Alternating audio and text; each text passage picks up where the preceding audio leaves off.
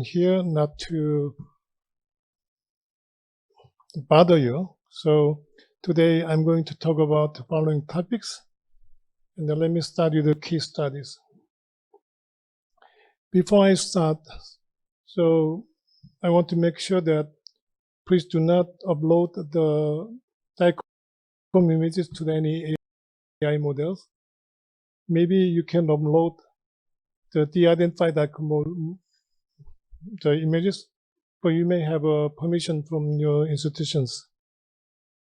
But you can upload any open source images or publicly available images without any patient's information. Let me review some images. I have uploaded the APN lateral X-ray of the knee, and then to see how the ChatGPT responds. As you can see here, ChatGPT identified the imaging modality and then anatomical location and make a correct diagnosis. Very impressive. These are a little bit difficult cases. As you can see here, I can see there's some sclerotic changes in the medial epicondyle, but ChatGPT recognized image modality and anatomical location, but made an incorrect diagnosis. Same patients, the MRI of the knee, nicely demonstrated lesions in the knee, and ChatGPT recognized the modality and anatomical location, and then frame a similar diagnosis. So I have uploaded a MRI of the kidney with a small field of view, and then the result is very funny. So same patient, same MRI, I have uploaded a large field of view, and then now the ChatGPT recognized image modality and anatomical location, but could not make a diagnosis. So MRI, this is a very typical finding of hepatocellular carcinoma.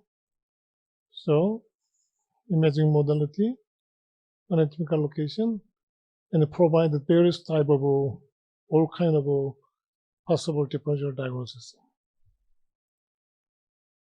When I provide cirrhosis as clinical information, ChatGPT jumped into the hepatocellular carcinoma without much explanation. It's very interesting.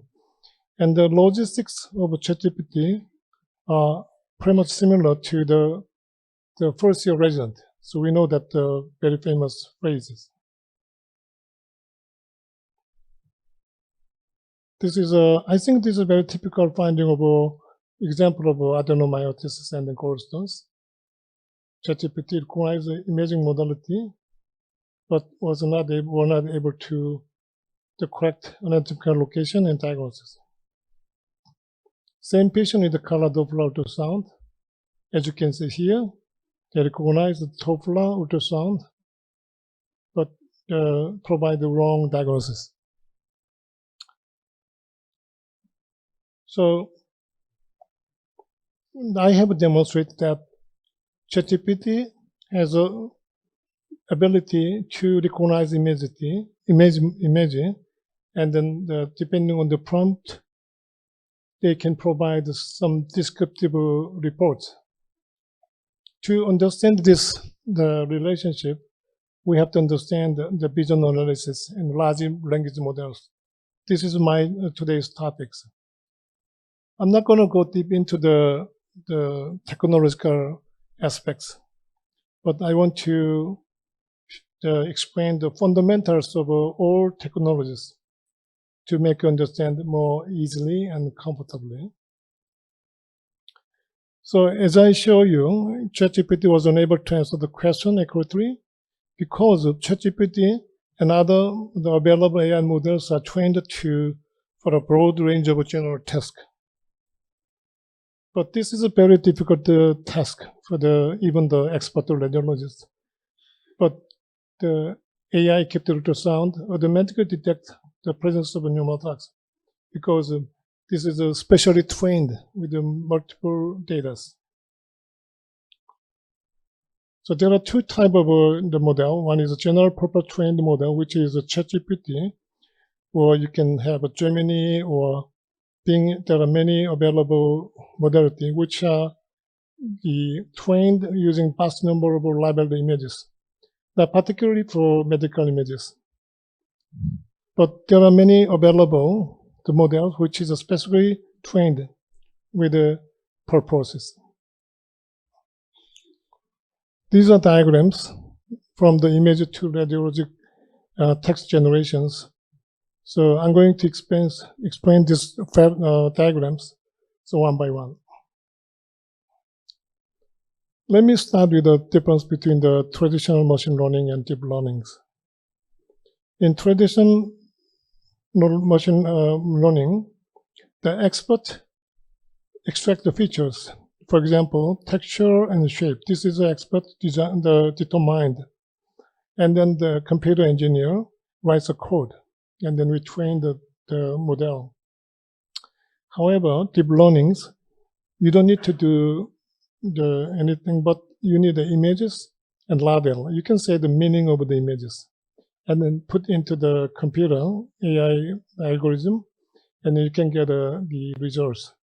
And the deep learning understand the input and the output relationships. This is how humans perceive the ultrasound of the liver. As you can see here, there's a nodality and then heterogeneity. I think everybody agree with the nodality, but we may not agree about heterogeneity because of human perception is different. However, the computer recognizes the same images with differently, pixel variation or edge variations. So the way to perceive the images is quite different. Computer vision perceive the images as pixels and their relationship. This is the most important concept to you remember. As you know, the pixels or voxels has a positional and intensity values. And then every pixel and then voxels has an intensity and location value, and they have a relationship. They are all informations. So this is a little bit advanced traditional computer analysis. Dr. Andrew Smith designed the computer algorithm to analyze the nodality by measuring the convexity and concavity and the interval. This is a very advanced way, but however, someone have to define the degree of concavity and degree of convexity. So someone have to make a judgment on what is a definition of concavity and convexity. So which is subject to the expert. But in deep learnings, you put all the data into the computer algorithm, which contains the pixel, intensity, and location, and then relationship. By applying the filter, you can get the convoluted features, which is patterned features to represent the original intention. So this is how deep learning works. It's completely different.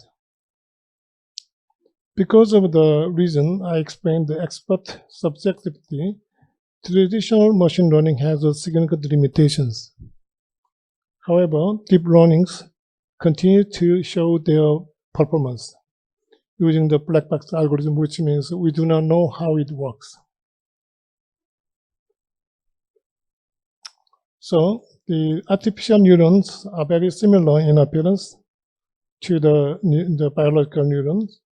They receive the data, and then the AI core model calculates the data and provide the results to correlate the input and output relationship. You can see the couple of nodes, but in real computer, you have millions of nodes or millions of nodes to increase the performance.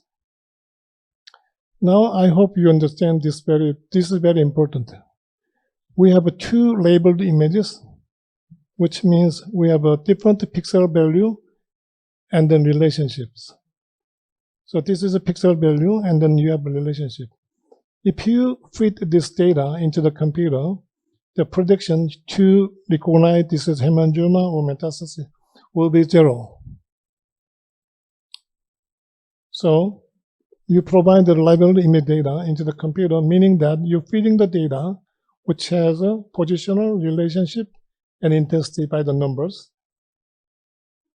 And initially, the weight initialized with random values and then multiplied to the original pixels.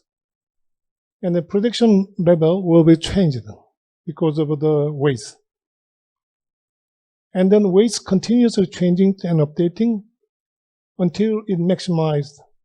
At some point, the prediction probability will be plateaus. So I hope this is one of the take-home points I hope you understand.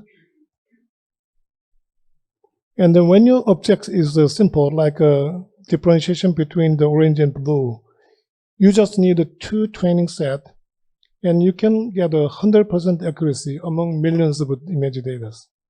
But in real world, everything is very complicated. So you need a tremendous amount of training data. Even though you have millions of data, your result depends on the complexity of the objects. So you may not be able to get 100% or 99% of accuracy because of the complexity. This is how the human make a diagnosis by seeing the sliding sign and absent the sliding sign. I think, to be honest, this is not an easy task. But the AI detects pneumothorax using various features, which may include the sliding sign or not. We do not know whether they are using the sliding sign or not, because that we call the black box algorithm. But different evaluations, the computer make a diagnosis better than human beings. This looks like an impossible mission, but however, when this project is designed to develop the AI-equipped algorithm ultrasound machine to detect the pneumothorax for non-trained radiologists, like physicians, ED doctors. When you split this task into the several steps, like step 1, your task is to see the good view or not. It's just binary yes and no decisions.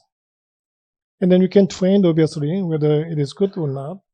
And the second step is to define the outline. Among the line, you can see the lips and the lung. This is the lung interface. And finally, you can train the M mode to see the variable difference between the positive and negative side. So let's move to the image to text conversion. How is it possible? How it works? What is the underlying mechanism of these conversions? So when you put the images of Mona Lisa, actually you are putting the pixel values. And when you put the prompt, you can get a result like immediately.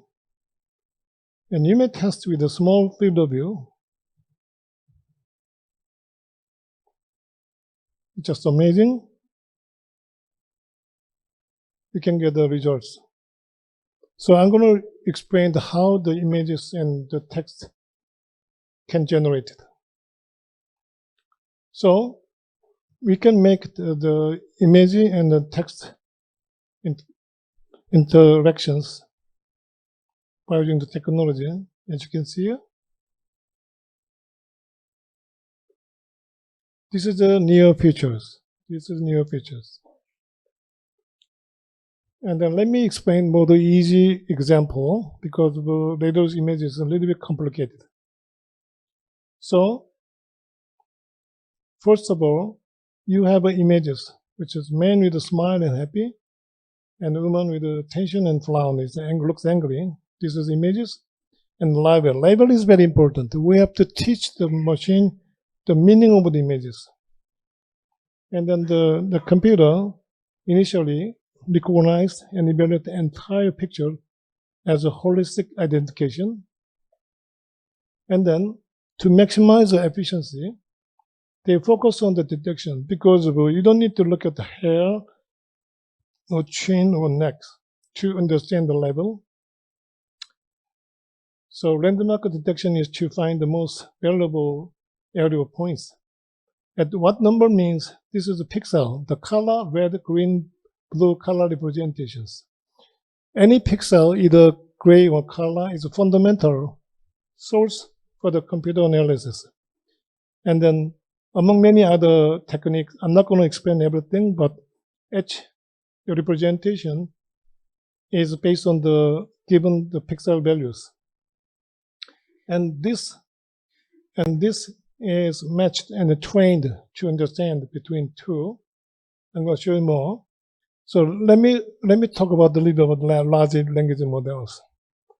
It's very complicated. I'm not going to explain everything about the large language models, but under the assumption that you are the general radiologist like me, this is the three concepts you understand. Tokenizations, meaning that the split individual words into the numbers for the computer processing. Languages convert into numbers. And the prediction of the next words is based upon the statistics. The cat is chasing the mouse is statistically very reasonable, right? Then the house, then boy. And then pairing. Pairing means there's a visual data, and then there's a linguistic patterns. They train to pair to understand any image data to the words or phrase and sentences. So if you understand the tokenization and the predictive statistical modeling and pairing, you'll be fine. So any images, either face or radiology images, can be transformed into the numerical representation, which is a pixel value. And then using the pixel value, you can do many analysis. And then corresponding to the image characteristics, there must be linguistics, words, beautiful, smile, frowning. It also can transform into the numbers. So two different number sets are paired and trained. Someone have to do this one. It's not automatically comes out. You need a training of data to get those results. So I make it a simple holistic representation of the explanations that you need the images and the languages. Image must have meanings, which is a label, which is basically pixel and their relationships. And the languages is words and phrases, sentence, and their relationships also can be transformed into the numerical representations. So what we are doing is that numerical representation of the images and numerical representation of languages are pairings. So while pairing the two numbers and numbers, you can get a great results. Probably you know that we are using the translation pretty much. But nowadays, the computer no longer use traditional grammatical analysis. They do not use grammatical analysis. They are using the one language, for example, Korean words and present sentences, and then corresponding the same English